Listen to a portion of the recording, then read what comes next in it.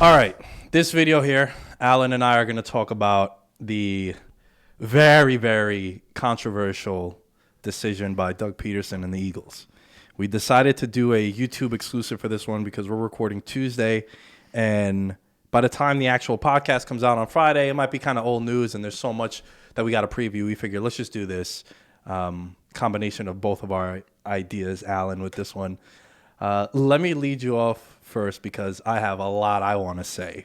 A lot of emotions. So how do you feel about this entire situation with the Eagles pulling the plug on Jalen Hurts in the fourth quarter of a game which meant nothing for them besides draft positioning?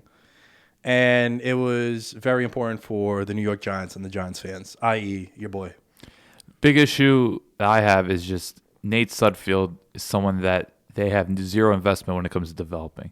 He's been in the league for at least 5 years. I know he's been with the Eagles since 2017, but I believe he was on the Patriots for a little bit. And I think we know who he is at this point.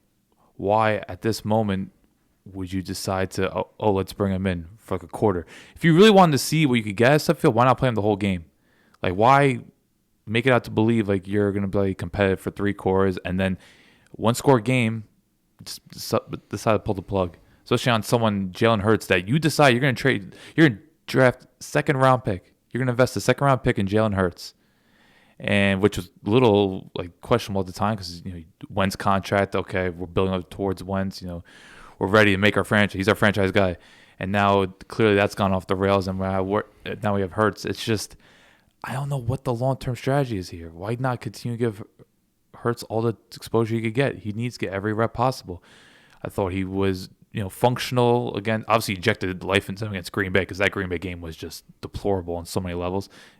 Crazy upset against New Orleans, phenomenal game against Arizona. Okay, things fell off the rails a little bit against Dallas, but there's been real momentum with Jalen Hurts, and I just don't understand in a competitive game. Even though he was struggling, let him go through it, let him deal with it, because ultimately he should be the guy next year. And I just think it was so suspect the way they did it, and I just don't.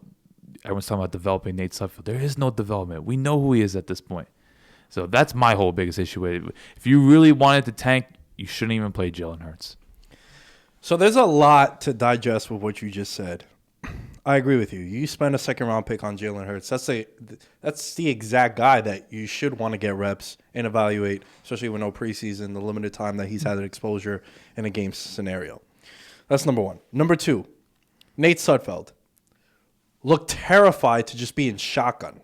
That first play where he ran out of the he was running into the end zone and Kerrigan was just, I was like, this is not going well. Yo, he's in shotgun like it looked like he looked afraid to take a shotgun snap, right? Yeah. He had no business being out there. I felt bad for the defensive players for the Eagles because that defense played well in that game, man. I know, look, it's not a juggernaut offense. I get it. But they played their heart out. You had that Jason Kelce promo. Yeah. I called it promo. Yeah. It was very passionate. Hey, he cut a great promo after the Super Bowl. Yeah. So, and he's talking about you play to win and all that. Go and check it out if you haven't. And then to put in Sudfeld, it just made no sense. Again, he's been with the team for so long, and he's not part of what are you going to evaluate? A third string quarterback? Right. It's not important there. Yeah, that's what I think people are losing sight of, because there's people out there saying, "Oh, what's the big deal?" Like they want to experiment, they want to see other talent, but at least make the talent that's someone that's for long term. This isn't a long term thing. There was nothing to this other than what this just showed is that okay, we want to lose. Because there's no way you can put Sudfeld out there against a really good defense, a pass rush that's been pretty much in the backfield the entire game. Like they were getting pressure. Like Chase Young had 7 pressures. You had Montrezl Sweat doing his thing. Payne Allen, it's all first round picks. And you're telling me you're gonna bring Sudfeld in to get experience, please. And also, I think with the Hurts thing, it's the reason why there was outrage is, and Emmanuel Acho, who I'm a fan of, tweeted.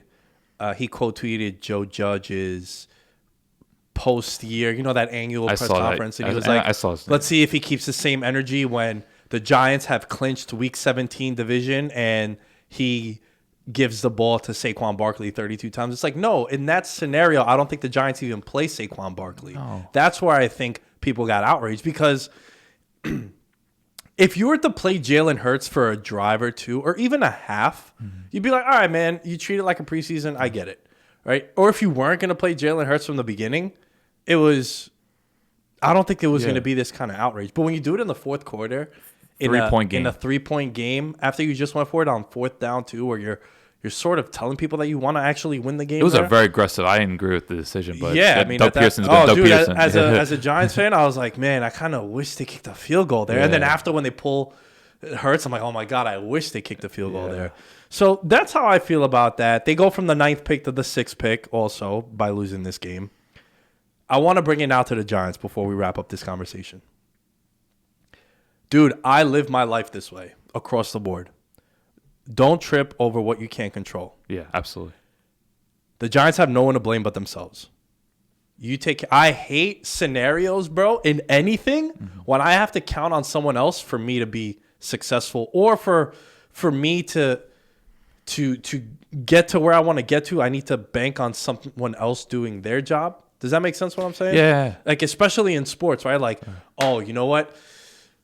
Where the Colts got in because Miami lost, but it's like, well, the Colts got to win, but then they need to scoreboard watch, and the Giants got to win, but they need this team to. Like, I don't like that. You want to control your fate. You want to be in a prime position where it's like it's all on me. That's what it is. And no, I don't have too much sympathy for the Giants. It's just a terrible way how it transpired. That's why it just felt dirty. But you look at the Giants, that Thursday night game against Philly, you win that, which was a very winnable game at the time. You look back at that, they've had some close losses. Tampa Bay, Pittsburgh games necessarily you wouldn't expect them to win, but the opportunity was there. So I don't have too much sympathy for Giants, but it's just I hate the way Doug Pearson handled it. It's just if you really want to get reps for Sudfeld, you do it at least 3 quarters, if not the whole game. And let's not forget, Jalen Hurts had 4 touchdowns against the Cardinals. And I know Cardinals are kind of they fell apart at the end of the year, but it's still a decent team. And just you invest a 2nd-round pick in him, like let him develop. It's clear Wentz is not going to be back on the team. What else are you going to do? Okay, maybe you'll bring another quarterback in. Who knows? Even though Philly's cap situation is incomplete, it's a complete shambles right now. So I don't get the whole idea, and I think it's just ridiculous that people are saying, "Oh, because he was playing bad." Okay, I get it. He was 7 for 20, but this is a young quarterback going against a really good defense. At what, his 4th start? Mm-hmm. He's got to get battle tested. Let him take his reps. Like. It's blasphemous. There's no rationale towards it. I like the fact that people saying, "Oh, it's not a big deal. They tanked." I'm like, it's still bad representation. And it's just if you really want to tank, just don't play Jalen Hurts or play him for a drive or two. It's just 4th quarter in that moment, it will never sit right with me.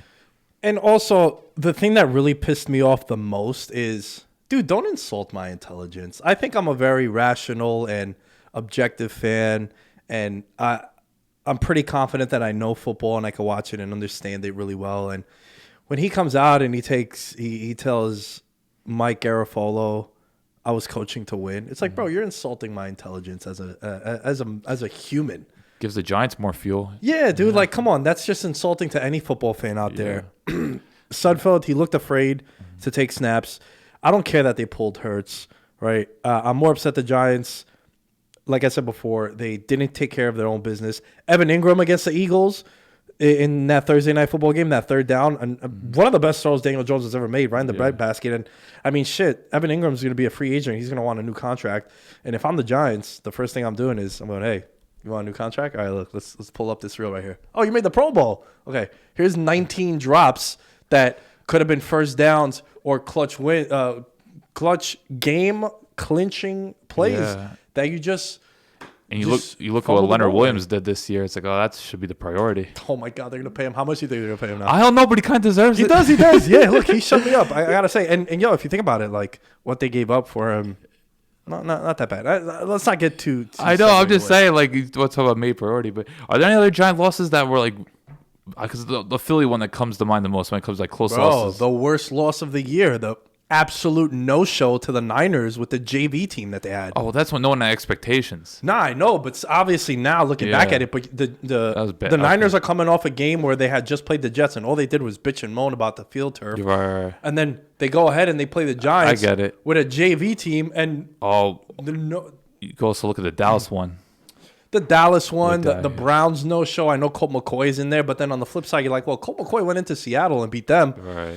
And it's just a lot of them too, and they're just I don't get too caught up in like one-side losses. That's why I don't really look at the Browns or the Niners. I can understand your frustration, but I look at I look at narrow losses. Like I look at that Philly game, like no, you blew a big opportunity. Well, the Rams game was bad too. The Bears game was bad too when Saquon got hurt. Okay, that was a close one. Damn. Yeah, that was terrible, dude. But, and yeah, you have no one to blame but yourself. That's one thing I like to do, and it's a motto of mine. I just think if you're an Eagle fan, you have to question where this organization is going. Like who's going to be the quarterback? Because to pull Hurts in that moment, I think it's a worrying sign. But who knows? It could be overblown. But it just based on reading reports, it seems like the Eagles are. I know Miles Sanders he said it just didn't make sense, and then they said 2 defensive players were ready to go at Peterson.